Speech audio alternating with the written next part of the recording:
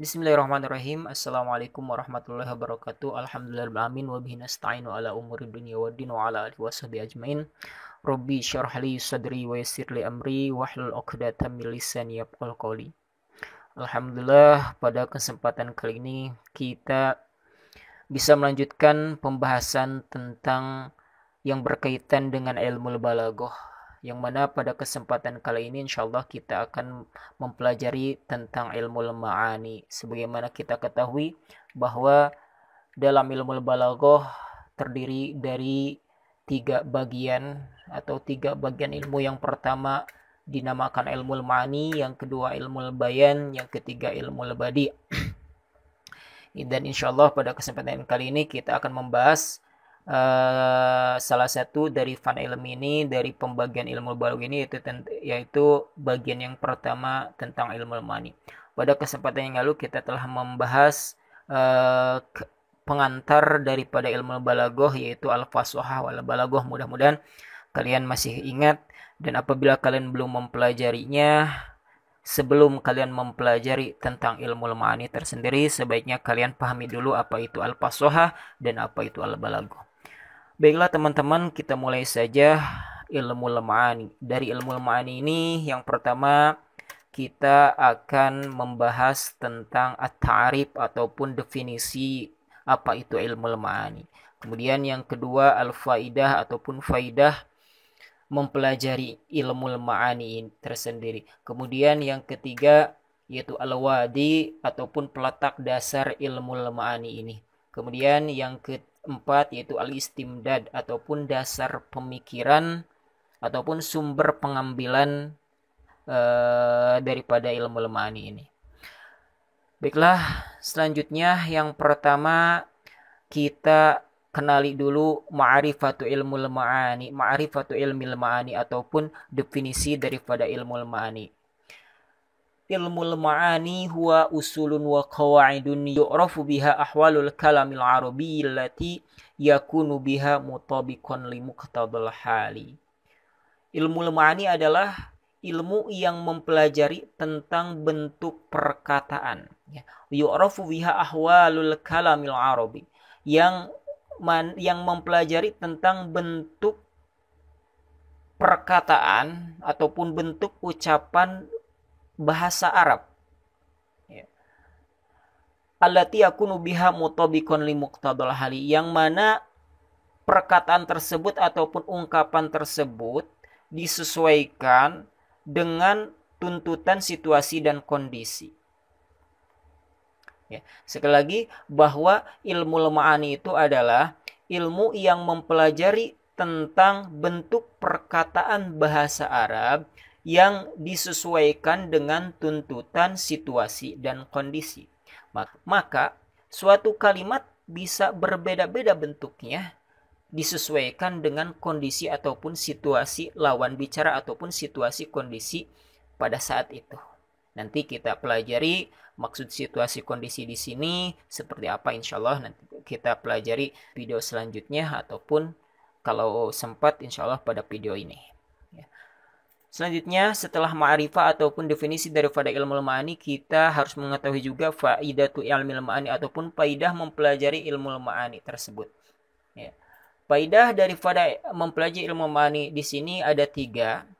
Yang pertama, ma'rifatu ijazil Qur'anil Karim, atau mengetahui kemukjizatan Al-Qur'anul Karim. Sekali lagi, ma'rifat yang pertama, faidah daripada ilmu ma'ani itu ma'rifatu ijazil Qur'anil Azim, ijazil Qur'anil Karim, yaitu mengetahui ataupun mengenali mukjizat Al-Qur'an Al-Karim. Min jihati ma khassahallahu bihi min jaudatis sabqi, dari segi kekhususannya yaitu min jaudatis sabqi, berupa keindahan susunannya yang pertama, wa husnil waspi, dan keindahan ataupun kebaikan sifatnya, wa bara'atit tarokibi, dan kepasihan susunannya, wa lutfil ijazi, dan kelembutan ijaznya, wa ma ishtamal alaihi min suhulatit tarkibi, dan hal-hal yang mencakup kemudahan susunannya, ya. Dan hal-hal yang mencakup kemudahan susunannya, wajazalati kalimatihi, dan limpahan kalimatnya, wa udubati alfadihi wa salamatiha, dan kesegaran serta keselamatan lafad-lafadnya. Wa udubati alfadi wa salamatihi, dan kesegaran serta selamat lafad-lafadnya, ila ghairi dzalika min mahasinihi allati aq'adatil arabi min munahadatihi, ila ghairi dzalika min mahasinihi allati aq'adatil arabi min munahadatihi, dan yang lainnya ataupun dan kebaikan-kebaikan lainnya yang membuat orang-orang Arab terdiam untuk melawannya. Waharat uquluhum amama fasohatihi wa balaghatihi, dan menjadikan akal-akal orang Arab bingung di hadapan fasohah dan balaghahnya. Itu yang pertama. Jadi yang pertama itu ma'rifatu ijazil Qur'an al-Karim, itu mengetahui mukjizat Al-Qur'an al-Karim. Kemudian yang kedua, ma'rifatu asrori kalamin Nabi sallallahu alaihi wasallam. Ini yang di garis bawahi, ya. Itu mengetahui rahasia ungkapan ataupun ucapan Nabi Muhammad sallallahu alaihi wasallam. Sekali lagi, ma'rifatu asrori kalamin Nabi sallallahu alaihi wasallam, yaitu mengetahui rahasia dari ucapan Nabi Muhammad sallallahu alaihi wasallam. Bahwa ablagul bulaghai, dan ia adalah orang yang paling baligh ya. Bahwa ablagul bulaghai, dan ia adalah orang yang paling baligh ucapannya. Wa afdalu man nataqa bid-dadi, dan ia juga yang paling utama mengungkapkan, ya, yang paling utama orang yang mengucapkan kalimat ataupun harap dod. Wa dzalika liyusara lil amali biha, hal itu agar menjadi amal, waliftifai atharihi fi dzalika, dan agar diikuti jejak-jejak tersebut, ya. Itu jadi yang kedua, ma'rifatu asrori kalamin Nabi sallallahu alaihi wasallam, itu untuk mengetahui rahasia-rahasia ucapan Nabi Muhammad sallallahu alaihi wasallam.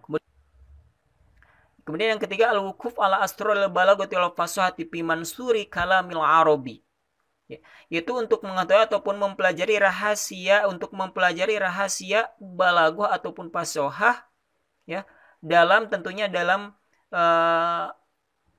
susunan bahasa Arab, fi mansuri kalamil arabi, ya, pada ungkapan prosa misalkan, wa manzumihi, dan puisi orang-orang Arab tentunya, ya, dan puisi orang-orang Arab. Ya, sekali lagi, al-wuquf ala asril balaghati wal fasahati, yaitu untuk mempelajari ataupun mengetahui rahasia ilmu balaghah, rahasia balaghah dan fasahah, fi mansuri kalamil arabi wa manzumihi, yaitu ungkapan prosa dan puisi orang-orang Arab. Kai tahtadiya hadduhu wa tansaj'ala man walihi, supaya diikuti jejaknya, dicapai maksudnya, ya. Kai tahtadiya hadduhu, supaya diikuti jejaknya, wa tansaj'ala man walihi, dan dicapai maksudnya, wa tafarraqa baina jayyidil kalami wa radi'ihi, serta membedakan antara kalam yang baik dan yang jelek. Baiklah teman-teman, selanjutnya wadi'u ilmil ma'ani, ataupun peletak dasar dari ilmu ma'ani ini, yaitu Syekh Abdul Qahir Az-Jurjani. Itu Syekh Abdul Qahir Al-Jurjani al-mutawaffa sanata 471 Hijriyatan, yang mana beliau wafat pada tahun 471 Hijriyah. Kemudian selanjutnya istimdadu ilmil ma'ani, ataupun dasar pemikiran ilmu ma'ani ataupun sumber pengambilan ilmu ma'ani ini dari apa aja? Yang pertama, sumber pengambilannya dari Alkitab Asy-Syarif, yaitu Al-Qur'an, tentunya Al-Qur'an Al-Karim. Kemudian yang kedua sumber pengambilannya dari Al-Hadits An-Nabawi. Kemudian yang ketiga sumber pengambilannya dari kalamul Arab ataupun ungkapan-ungkapan orang Arab yang tadi prosa, puisi dan lain sebagainya. Selanjutnya kita akan mempelajari tentang al-kalam ya. Dan hal ini sangat penting sebagaimana kita ketahui bahwa ilmu ma'ani itu adalah ya, ilmu yang mempelajari tentang mengungkapkan isi hati dengan lapad-lapad yang disesuaikan dengan keadaan, situasi dan kondisi pada saat itu. Maka berbicara tentang ilmu ma'ani, maka kita juga berbicara tentang kalam ya, ataupun kalau dalam ilmu nahwi disebut juga al-jumlah al-mufidah ya. Definisi daripada kalam tersendiri yaitu kalamun tamun yadullu ala makna aqalluhu nisbati syai'in ila syai'in itsbatan aw nafyan aw insya'u rabtin baina syai'in wa syai'in akhar yakbil insya'ihil qaul mithlu amrit takwin awil awamir bi fi'lin ma. Itu kalamun tam ataupun ungkapan yang sempurna yadullu ala makna yang menunjukkan kepada makna. Dalam arti bahwa dari hasil kalam ataupun ungkapan ucapan tadi menghasilkan sebuah makna, sebuah arti. Aqalluhu nisbatu syai'in ila syai'in. Minimalnya menisbatkan ataupun mengkaitkan sesuatu dengan sesuatu yang lainnya. Ya. Jadi dari kaitan ataupun pengkaitan penisbatan sesuatu dengan sesuatu yang lainnya, maka akan menisbatkan sesuatu dengan sesuatu yang lainnya, maka akan menghasilkan sebuah kalam ataupun al-jumlah al-mufidah. Ya, isbatan baik itu positif atau nafian, yang mana nanti bentuknya isbatan berpositif atau nafian ataupun negatif. Ya, au insya'u rabtin baina syai'in wa syai'in akhar, ataupun memulai pengkaitan sesuatu dengan sesuatu yang lainnya. Nah, ini yang dinamakan insya. Ya. Jadi nanti kita akan kenalkan juga ataupun kita pelajari tentang pembagian daripada kalam. Nah, di sini yang pertama tadi kan aqalluhu nisbatu syai'in ila syai'in, yaitu menisbatkan sesuatu dengan sesuatu yang lain, ini yang dinamakan khabar. Au insya rabtin baina syai'in wa syai'in, nah ini yang dinamakan insya. Jadi pembagian daripada kalam nanti disebutkan yaitu ada insya, ada khabar, ada insya. Kita lanjutkan dulu. Yakfi li insya'ihi al-qaul mithlu amri takwin awil amri bi fi'lin ma. Yang mana pengungkapan ucapannya berupa perintah pengadaan, amrut takwin, perintah untuk mengadakan, awil amri bi fi'lin ma, ataupun perintah untuk mengerjakan suatu perkara. Itu ya, untuk al-kalam. Tapi sebelum kita mempelajari ataupun mengetahui pembagian daripada kalam tersendiri tadi ya, kita pelajari dulu susunan yang membentuk suatu kalam ataupun jumlah mufidah. Nah, untuk membentuk suatu kalam ataupun jumlah mufidah, maka harus ada musnad ilaih dan musnad. Yang mana dalam ilmu nahwi musnad ilaih itu termasuk ada al-mubtada, al-fa'il, asma'un nawasih itu isim inna dan isim kana, al-maf'ul awal lidhanni wa akhwatiha. Juga yang kedua musnad ya. Dalam ilmu nahwi musnad tersendiri ada khabar mubtada, al-fi'lu fi'il, kemudian akhbarun nawasih yaitu khabar inna dan kana, kemudian al-maf'ul atsani lidhanni wa akhwatiha. Misalkan dari mubtada ada khabar Zaidun qa'imun. Mubtadanya Zaidun, qa'imun khabar. Kemudian al-fa'il dan al-fi'lu tam. Qama Zaidun. Ya. Qamanya musnad yaitu fi'il, ya. Zaidunnya al-fa'il masuk ke musnad ilaih. Kemudian di asma udah misalkan isim kana dan khabar kana. Kana Zaidun qa'iman. Ya. Isimnya Zaidun, isim kananya Zaidun. Kana Zaidun qa'iman, khabar kananya qa'iman. Ataupun inna, isim inna Zaidan qa'imun. Ya. Isim innanya Zaidan, khabar innanya qa'imun, dan lain sebagainya. Itu untuk pengenalan tentang untuk menjadikan sebuah kalam maka harus ada susunan musnad ilaih dan musnad, ataupun mubtada dan khobar, ada fa'il, ada fi'il, kemudian ada isim kana, khobar kana, isim inna, khobar inna, dan juga maf'ul awal lidhonni wa akhwatiha dan maf'ul tsani lidhonni wa akhwatiha. Oke teman-teman, selanjutnya dari kalam tersendiri terbagi ke dalam dua bagian ya. Fi taqsimil kalam ada dua bagian. Yang pertama ada kalamul khabar, yaitu khabar. Yang kedua al-insya. Yang pertama al-khabar, yang kedua al-insya. Adapun definisinya, al-khabar adalah ma yahtamilu sidqa wal kadhiba li dzatihi, al-insya ma la yahtamilu sidqa wal kadhiba li dzatihi. Untuk pembahasannya kita bahas di masing-masing materi ataupun masing-masing subjudulnya. Yang pertama tentang kalamul khabar. Yang akan dipelajari ataupun kita kenali tentang kalamul khabar. Yang pertama kita kenali tentang at-ta'rif ataupun definisi kalam khabar. Kemudian yang kedua asyaklu ya, ataupun bentuk susunan daripada kalam khabar tersendiri.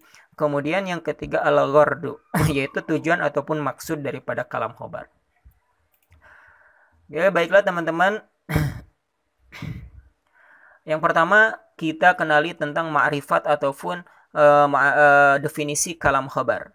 Ya, definisi kalam khabar tadi disebutkan ma yahtamilu sidqa wal kadhiba li dzatihi, ataupun kalamun yahtamilu sidqa wal kadhiba li dzatihi.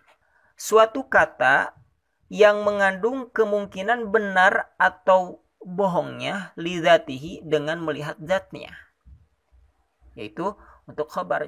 Jadi khabar itu bisa diartikan sebuah kalimat ataupun kalam yang mana dalam kalam tersebut ya, dalam kalam tersebut kita bisa menilainya benar ataupun bohong. Ya, apabila benar, apabila kita melihatnya kejadiannya benar, maka kita bisa katakan as-sidqu benar. Apabila kejadiannya bohong, zatnya bohong, maka kalam tersebut bisa dikatakan bohong. Misalkan ya, saya ucapkan Zaidun qaimun, Zaid sedang berdiri misalkan. Nah, itu kan sebuah khabar ataupun sebuah berita bahwa beritanya Zaid sedang berdiri. Nah, belum tentu itu benar ataupun bohong. Dalam arti itu bisa dikatakan benar ataupun bohong. Nah, caranya apabila kita ingin mengetahui apakah itu benar atau bohong, maka kita lihat zatnya, lihat zatnya, apakah Zaid tersebut berdiri ataupun malahan duduk misalkan. Kalau dia berdiri, maka itu bisa dikatakan as-sidqu. Kalau dia tidak berdiri, maka itu bisa disebutkan al-kadhiba. Seperti itu. Itu untuk ma'rifat ataupun definisi kalam khabar. Nanti untuk lebih detailnya kita pelajari lebih dalam, nanti ada pembahasannya ya. Selanjutnya asyaklu li kalamil khabar, ataupun bentuk dari susunan kalam khabar ya. Bentuk dari susunan kalam khabar. Ini ada dua ya. Yang pertama bentuknya ataupun susunannya jumlah fi'liyah.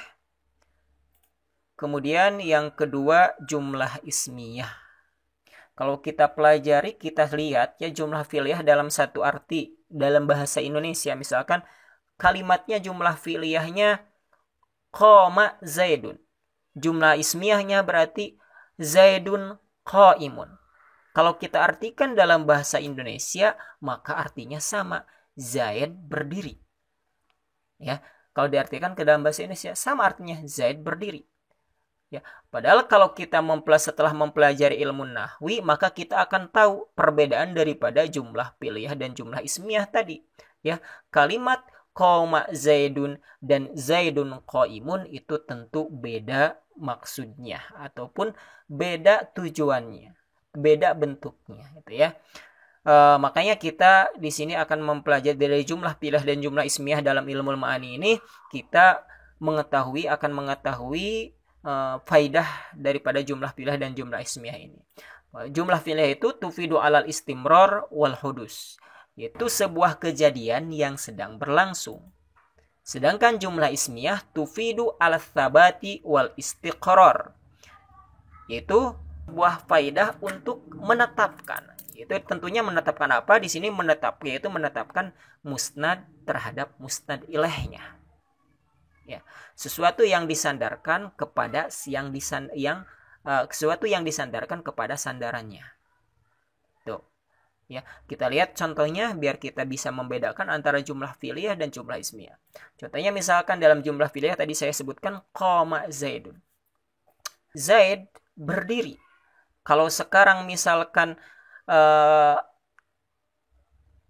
bentuknya fi'il madi, maka keberlangsungannya sudah dilaksanakan, yaitu Zaid telah berdiri. Apabila bentuknya yakumu Zaidun, bentuknya fi'il mudhari, maka keberlangsungannya berdirinya Zaid sedang ataupun akan berdiri. Nah, jadi jumlah fi'liyah itu ya menunjukkan kepada sebuah kejadian yang sedang berlangsung, baik itu telah dilaksanakan apabila fi'il madi misalkan fi'ilnya, ataupun sedang ataupun akan dilaksanakan. Itu apabila fi'ilnya fi'il mudhari.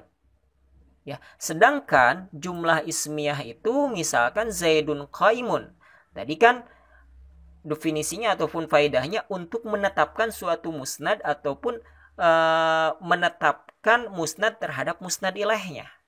Misalkan Zaidun qaimun. Ya, Zaid berdiri. Nah, sifatnya qaimun yaitu berdiri. Maka sifat tadi yaitu qaimun sebagai musnad disandarkan kepada musnad ilaihnya yaitu Zaidun. Ya, jadi perbedaannya antara jumlah fi'liyah dan jumlah ismiyah dalam ilmu ma'ani itu, kalau jumlah fi'liyah itu menunjukkan kepada sebuah kejadian yang sedang berlangsung, baik itu telah dilaksanakan atau sedang dan akan dilaksanakan. Adapun jumlah ismiyah yaitu menetapkan musnad terhadap musnad ilaihnya. Seperti itu perbedaannya. Ya. Adapun jumlah ismiyah yaitu menentukan musnad terhadap musnad ilaihnya. Saya ulangi, untuk asyaklu li kalamil khobar, bahwa bentuk susunan sebuah kalam khobar itu terbagi ke dalam dua, yaitu jumlah fi'liyah dan jumlah ismiyah. Perbedaan antara jumlah fi'liyah dan jumlah ismiyah dalam ilmu ma'ani, kalau jumlah fi'liyah itu yaitu sebuah kejadian yang sedang berlangsung, baik itu sedang ataupun akan ataupun sudah dilaksanakan. Sedangkan jumlah ismiyah itu menetapkan musnad terhadap musnad ilahnya. Seperti itu ya. Setelah teman-teman, selanjutnya kita mempelajari, kita harus mengetahui tentang agharadu kalamil khobar ataupun tujuan maksud daripada kalam khobar tersendiri. Di sini ada dua. Yang pertama, tujuan ataupun maksud kalam khobar, yaitu ada yang dinamakan faidatul khobar. Apa itu yang dimaksud dengan faidatul khobar? Faidatul khobar itu ifadatul mukhatab, ifadatul mukhatab bil hukmil ladzi tadamannathul jumlah idza kanat jahilan lahu. Maksudnya itu untuk memberikan informasi kepada orang lain yang mana orang lain tersebut jahilan, yaitu belum tahu informasinya ataupun kabarnya, belum tahu ataupun hukumnya dia belum mengetahui. Ya. Kemudian yang kedua ada yang dinamakan dengan lazimul faidah. Apa itu lazimul faidah? Lazimul faidah adalah ifadatul mukhatab annal mutakallima alimun aidan bi annahu ya'lamul khabar.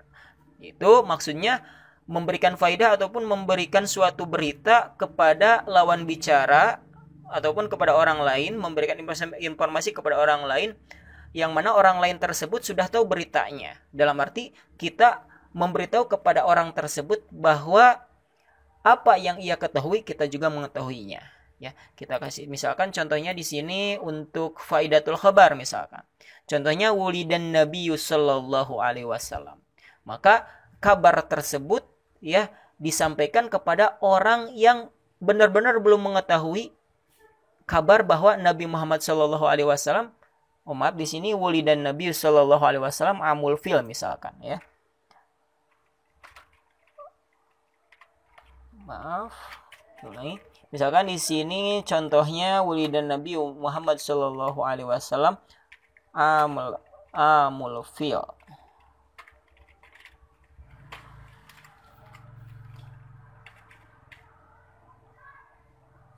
Bahwa Nabi Muhammad sallallahu alaihi wasallam dilahirkan pada tahun gajah ya.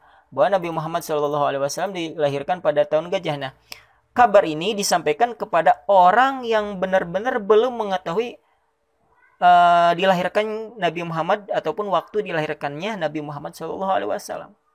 Ya, maka disampaikan kabar ataupun berita informasi ini. Wuli dan Nabi SAW amul fil, itu dinamakan dengan faidatul khabar. Sedangkan maksud contoh daripada lazimul faidah yaitu misalkan anta hador ta'amsi, bahwa kamu telah hadir pada kemarin. Nah, kita misalkan mengucapkan ataupun memberikan berita, informasi kepada teman kita sendiri. Yang mana teman kita sendiri kemarin itu dia hadir mengikuti perkuliahan. Maka kita ucapkan kepada dia, anta hadur ta'amsi, kamu kemarin telah hadir. Dalam arti, dia telah mengetahui kehadiran dia, dan kita juga memberitahu kepada dia bahwa kita juga tahu bahwa dia kemarin itu hadir. Jadi, makanya di sini disebut ifadatul mukhatab annal mutakalim alimun aidon. Kita memberikan faedah ataupun memberikan informasi kepada lawan bicara bahwa kita juga tahu, ya, bi annahu ya'lamul khabar. Kita tahu bahwa dia mengetahui berita tersebut. Gitu ya. Maksudnya gitu, seperti itu ya. Annal mutakallima alimun aidan bi annahu ya'lamul khabarnya. Itu maksudnya. Jadi kita juga tahu ataupun seorang yang memberikan berita juga tahu bahwa yang diberi berita juga mengetahuinya.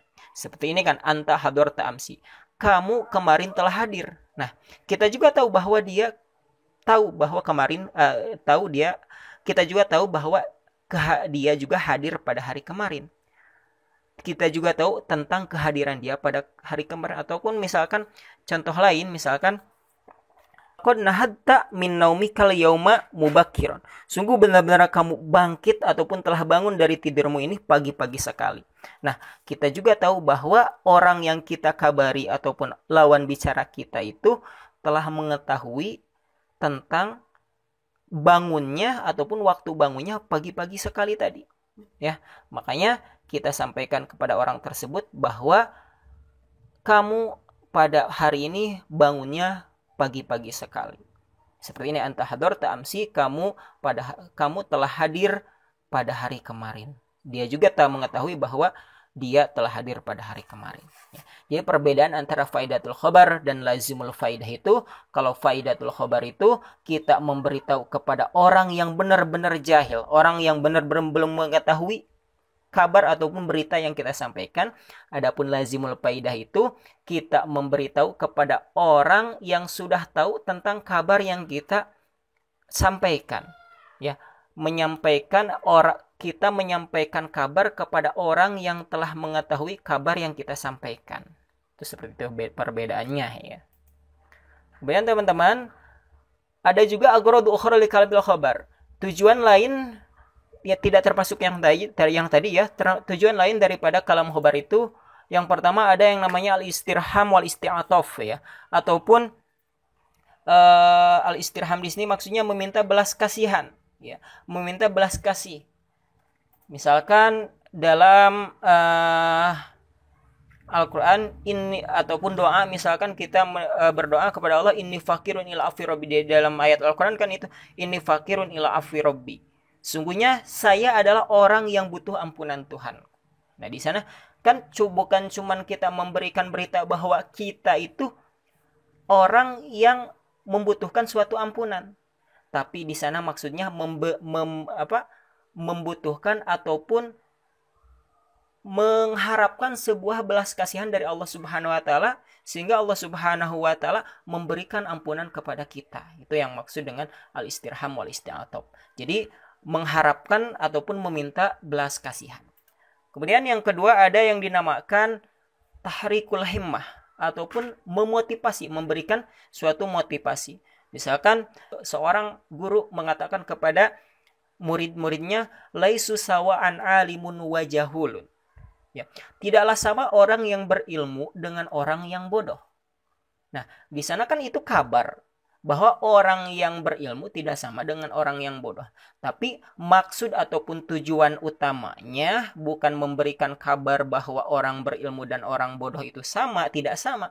Tapi maksud tujuannya memberikan motivasi kepada semua muridnya agar murid-muridnya lebih giat, lebih semangat dalam mempelajari suatu pelajaran ataupun mempelajari suatu materi yang sedang ia pelajari. Itu maksudnya. Itu tahrikul himmah. Kemudian ada yang ketiga, yang ada idharud du'afi wal khusu'i, yaitu menampakkan kelemahan dan keseriusan. Ya, menampakkan kelemahan dan keseriusan. Contohnya misalkan dalam Al-Qur'an, Robbi inni wahanal admu minni. Ya, itu doanya ataupun ucapannya Nabi Zakaria ketika Nabi Zakaria diberkahi seorang anak, tapi dia merasa bahwa Nabi Zakaria merasa bahwa beliau itu sudah rentak, tulangnya sudah lemah. Robbi inni wahanul admu minni, maka dia menampakkan suatu kelemahannya. Kemudian selanjutnya idharut tahassur, yaitu menampakkan suatu kesedihan, ya, menampakkan kesedihan. Contohnya misalkan dalam Al-Qur'an juga Robbi inni wada'tuha unsa. Ya Tuhanku, sungguhnya aku melahirkan seorang anak perempuan. Itu doanya Imran ketika ia diberkahi seorang anak perempuan, yang mana harapan dia asalnya ingin mendapatkan ataupun diberkahi seorang anak laki-laki, harapan dia. Maka dia menampakkan ataupun menampakkan sebuah kesedihan.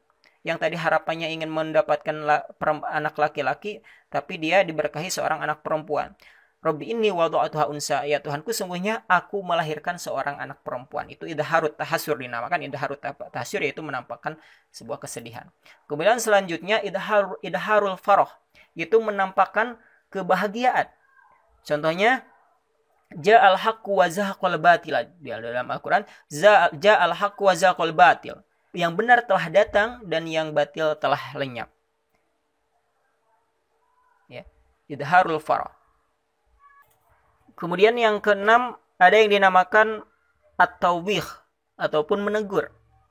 Contohnya misalkan asyamsu tali'atun, kita berbicara ataupun kita mengatakan kepada teman kita di kosan misalkan yang belum bangun, udah mau jam 6 ataupun setengah 6 dia masih belum bangun, maka kita ucapkan asyamsu tali'atun, matahari sudah terbit. Dalam arti di sini teguran kita kepada teman bahwa matahari telah terbit sedangkan teman kita masih belum bangun, agar dia cepat bangun gitu ya. Kemudian at-tadkir. Ya, ada yang dinamakan at-tadkir ataupun mengingatkan. Misalkan la yastawi kaslan wa nasyid, kita mengingatkan kepada teman kita, teman di kelas kita, teman orang yang malas dengan ungkapan la yastawi kaslan wa nasyid, tidaklah sama pemalas dengan orang giat. Dalam arti tujuan kita yaitu mengingatkan kepada orang-orang yang malas agar lebih giat dalam mempelajari sebuah pelajaran ataupun materi. Kemudian ada at-tahdhir, yaitu memberi peringatan. Contohnya misalkan abghadul halal ilallah at-talaq. Abghadul halal ilallah at-talaq, yaitu hal yang paling dibenci oleh Allah Subhanahu wa taala dari suatu yang halal itu adalah talak. Kemudian selanjutnya ada al-fakhar, yaitu membanggakan. Contohnya innallah, di dalam Al-Qur'an innallah astofani min Quraisy, sungguhnya Allah Subhanahu wa taala memilihku dari golongan Quraisy. Dia merasa bangga bahwa dia termasuk golongan orang Quraisy. Kemudian selanjutnya ada al-madhu, yaitu memberikan pujian. Contohnya ka'annaki wardatun jamilatun, kita memberikan pujian kepada pasangan ataupun istri ataupun suami. Seorang suami memberikan pujian kepada istrinya misalkan dengan kalimat ka'annaki wardatun jamilatun, sungguh engkau bagaikan bunga yang indah. Itu dinamakan al-madhu. Baiklah teman-teman yang saya hormati, untuk pertemuan kali ini saya cukupkan sekian. Mudah-mudahan apa yang kita pelajari hari ini diridhoi Allah Subhanahu wa taala, dan mudah-mudahan kalian guru-guru kita, para mahasiswa di Institut Agama Islam Cipasung, semuanya diberkahi, dianugerahi kesehatan belahir dan batin, amin ya rabbal alamin. Kita doakan untuk guru-guru kita, dosen-dosen kita, para rektor, para kiai di Institut Agama Islam Cipasung, mudah-mudahan guru-guru kita selalu ada dalam lindungan Allah Subhanahu wa taala, dan bagi yang sakit mudah-mudahan Allah Subhanahu, Allahumma rabbana simati baba ashbih, mudah-mudahan Allah Subhanahu wa taala segera mencabut segala penyakitnya dari badan-badannya, amin ya rabbal alamin. Akhirul kalam, saya ucapkan terima kasih kepada kalian yang telah menyempatkan untuk menonton ataupun mempelajari video ini ataupun menjadikan video ini sebagai media pembelajaran kalian. Mudah-mudahan walaupun terbatas ya, walaupun metode perkuliahan kita terbatas, tidak bisa tatap muka, mudah-mudahan tidak mengurangi kualitas pembelajaran kita ataupun kualitas perkuliahan kita selama ini. Amin ya robbal alamin. Nahtatimu bi qiraatil hamdalah. Wassalamualaikum warahmatullahi wabarakatuh.